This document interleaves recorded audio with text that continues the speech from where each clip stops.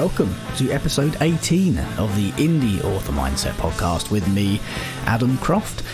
It's been a funny old week, and it's amazing actually how often I hear myself say that. I sometimes wonder what it would take for me to start a show by telling you it's been a completely normal, unassuming week, but I think it's safe to say that normal isn't a concept that exists in the world right now. Some of you might know I present another podcast as well, Partners in Crime, which I co-present with my friend and fellow crime writer Robert Dawes, who lives just round the corner from me. Now, Partners in Crime's been going for a couple of years now. It's just hit 100 episodes in the past week. We've started doing a lot of video recently for that podcast, so we decided we would do a live video episode to celebrate our centenary, our 100th episode. Now, of course, that's a pretty huge logistical challenge in terms of moving thousands of audio podcast listeners over to YouTube and Facebook for an hour, but it was made worse by two things. First of all, the lockdown here in the UK, which means that even though Bob and I live barely a few hundred yards away from each other and we always do the podcast together here in my studio, we would have to present from our own homes. But that wasn't the biggest issue. We've been in coronavirus lockdown for 3 or 4 weeks here now, so we've presented a few shows remotely and managed to stitch it together to keep the show on the road. But the big problem was when Bob texted me earlier in the week to tell me he wouldn't be able to do the show because he was in bed with the dreaded coronavirus. That meant I was left to present the show on my own, the first time I'd ever had to do that in 100 episodes, and it was live and on video. But fortunately though, I have got an amazing team here, and one of my guys spent the entire week combing back episodes of Partners in Crime, which is a lot. It's getting on for 100 hours of audio. He went through all that for funny clips and snippets, which we put together into a series of best of montages for the show, which sort of became a look back over the history of Partners in Crime through 100 episodes. It was a lot of fun. I've just about recovered from the stress, the adrenaline rush and the come down, so please do head over to YouTube, find the Partners in Crime channel and check out that live video from last Friday. It's all very, very funny. You don't have to be into crime fiction at all. It's a bit of a silly, irreverent comedy style podcast, so do go and check that out. But wait until I've finished here first, will you? Jolly good. Thank you very much. Back on topic. I should mention that this podcast, the Indie Author Mindset podcast, is gratefully sponsored by Ingram Spark, the award-winning indie publishing platform that offers authors like you a way to get your paperbacks and hardbacks into over 40,000 bookstores and libraries worldwide. Let Ingram Spark take care of the details so that you can focus on what you do best, writing. Get started today at ingramspark.com. And of course, if there's a subject or angle you'd like me to cover on this podcast, please do email podcast@indieauthormindset.com or catch me in the Indie Author Mindset Facebook group. I am particularly on the lookout for inspiring guest interviews. As you might have already noticed, this podcast is a bit different from the others, and I'm not looking for stories of people who've made $1 million overnight, because although that might be inspiring to some, it's also unrealistic for the vast majority, and we know that.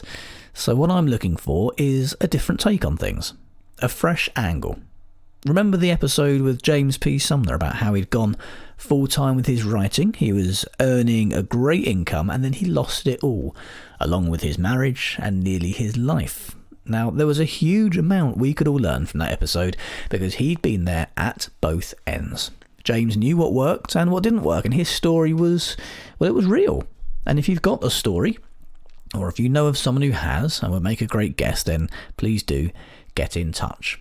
Now, I wanted to give you the good stuff now. I want to update you on a few things I've spotted over the past week or two. First of all, advertising. Facebook advertising specifically. Costs had hit an exciting new low a couple of weeks ago, which made advertising extremely cheap. And it still is cheap compared to where it's been over the past couple of years, but costs over the past week or two have definitely crept up. As a point of reference, I'm currently spending around £600 or £700 a day on Facebook ads. It was £647 and a penny, that all-important penny, yesterday as I record this, and that got me 10,679 clicks. So that's a shade over 6 pence or 7.5 cents per click in US dollars. Those cents, of course.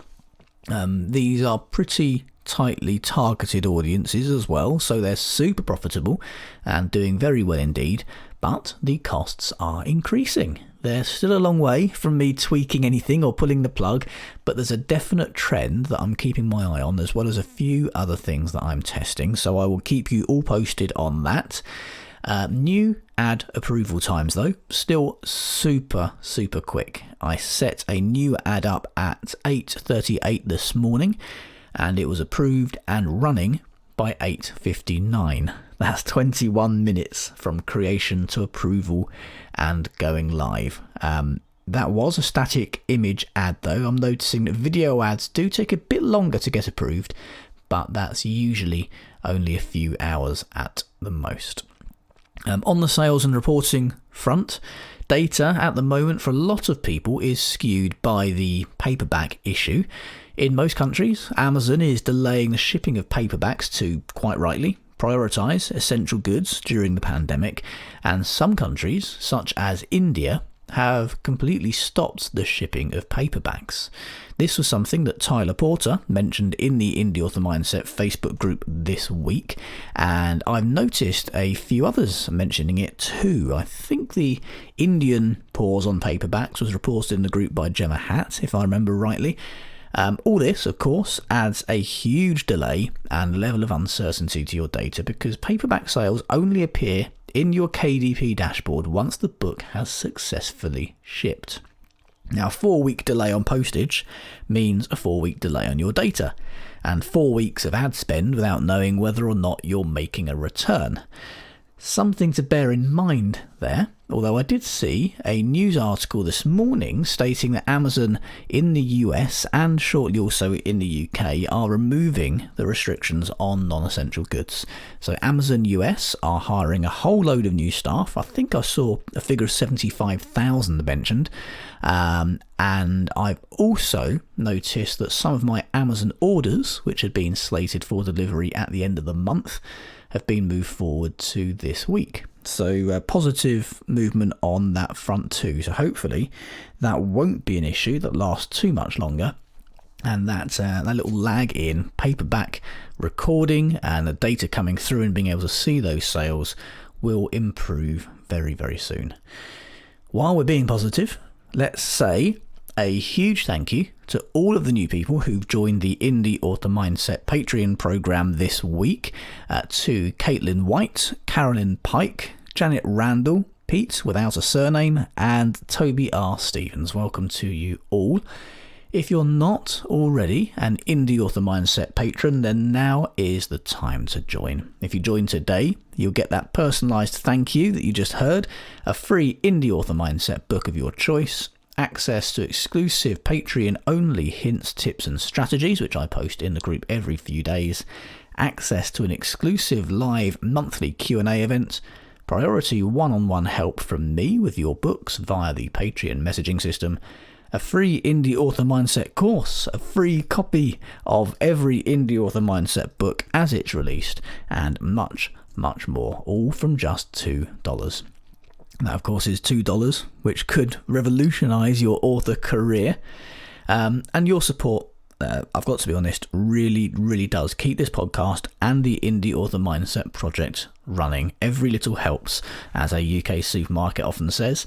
And as I said last week, we are a team of 4 who all work on Indie Author Mindset stuff every day to help empower indie authors, gather knowledge, and help build a better future for you. And with your support and patronage, we can do even more. So if you want to help support us and get access to all of those fantastic benefits, if you enjoy the podcast, head over to patreon.com/indie author mindset or check out the link in the show notes. In the Indie Author Mindset Facebook group this week, Linda Coles asked about Chirp featured audiobook deals. For those of you who don't know, Chirp is BookBub's audio retail arm. Now, it specialises in heavily discounted audiobooks which are accessible only if you publish and distribute your audio through Findaway Voices. Chirp featured deals are just like BookBub featured deals, but for audio. Now, they're currently free while it's in the testing phase, I believe, and you can access more than 1 million audiobook listeners through them. Now, Linda Coles was asking if this was worthwhile, and my answer is a wholehearted yes. I've done a few of these now, and each one has netted me thousands of dollars in extra sales, all for absolutely zero outlay. Now, I've mentioned on the podcast before that going wide with my audio has been one of the best and most lucrative things I've done in my career for years, and my audio sales have absolutely exploded. Pretty much everyone who's gone wide with audio will tell you the same thing, and the perception that audio begins and ends with Audible is so not true, it is unreal. I remember actually some big and smaller name authors telling me that Audible was their third biggest audio retailer more than a year ago. Now, that just didn't sound right to me at all. I'd always believed that Audible was the be all and end all when it came to audio. But I spoke to the guys at Findaway Voices, I tested it on a couple of my books, and I was blown away. To the point where Audible is now my 5th biggest audio retailer, which means that 4 other audio retailers are bigger than Audible if my sales are taken as representative. Of course, they can't be, but I know the same is true for the majority of wide audio authors. The trend is definitely there, to say the least. So the question is Audible's dominance the emperor's new clothes of publishing right now? It certainly does seem so. But in short, if you're wide with your audio and you can get into Chirp featured deals while it's still in testing, do it. It costs you nothing. There's a huge amount of exposure and money to be had there. Also, in the Indie Author Mindset Facebook group this week, Christine Hancock asked about the 2 paperback royalty rates she'd spotted when uploading her paperback via Amazon KDP. In short, there is a 40% and a 60% rate advertised. Now, this is Amazon being a bit cheeky again and assuming you want to go all in with them by default.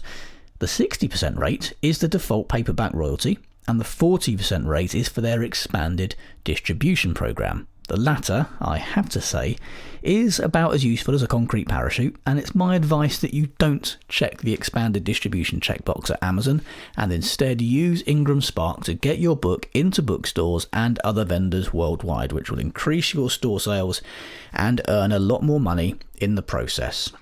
Now, of course, complete transparency, this podcast is very gratefully sponsored by Ingram Spark, but that's only been actually for the past handful of episodes. You'll know if you've been following my career that I've been promoting and recommending Ingram Spark for a long time. I wouldn't have anybody sponsoring this podcast or advertising on it who I didn't wholeheartedly endorse. Thank you as well to everybody who's taken my Productivity for Writers course, by the way. I've been absolutely bowled over by the impact that it's had on everyone who's taken it, and it's absolutely phenomenal, actually, the amount of words people are managing to write after taking the course, and they're all saying the words are either the same quality as before or better. Gilly Grundy posted in the Facebook group recently mentioning how the course had taken her from writing 3,000 words a day to 7,000 words, and just last week she posted a screenshot in the Indie Author Mindset group showing her word count for that day was 11,575 words, which is absolutely phenomenal. And Gilly is by no means whatsoever an outlier either. The course is the sum of all my productivity knowledge, which has given me numerous 8, 10, 12,000 word days over the past few years. So thank you to everybody who's taken that course and who's been waxing lyrical about it and absolutely smashing out those words. It means a lot to know that people are busily writing and able to get things done, even though the world is in a very strange place right now. Thank you very much for tuning in for another episode of the Indie Author Mindset podcast. Please do keep in touch. Please keep letting me know what's useful to you. I don't want this to be something that I decide what happens and you just consume whatever's there. I want this to be about you. I want it to be genuinely useful and helpful to you and for you to get the value that you want. So email me, podcast@indieauthormindset.com, or grab me in the Indie Author Mindset Facebook group. I'll be back here next week for episode 19. Until then, stay safe and do take care. This episode of the Indie Author Mindset podcast was presented by me, Adam Croft. The Indie Author Mindset podcast is sponsored by Ingram Spark, helping you get your book into over 40,000 bookstores and libraries worldwide. Get started today at ingramspark.com. The theme music for this podcast is by the Caesareans. Don't forget you can claim 50% off any Indie Author Mindset course by entering the promo code podcast at the checkout. Links are in the show notes. For more great tips and guidance, join the Indie Author Mindset group on Facebook.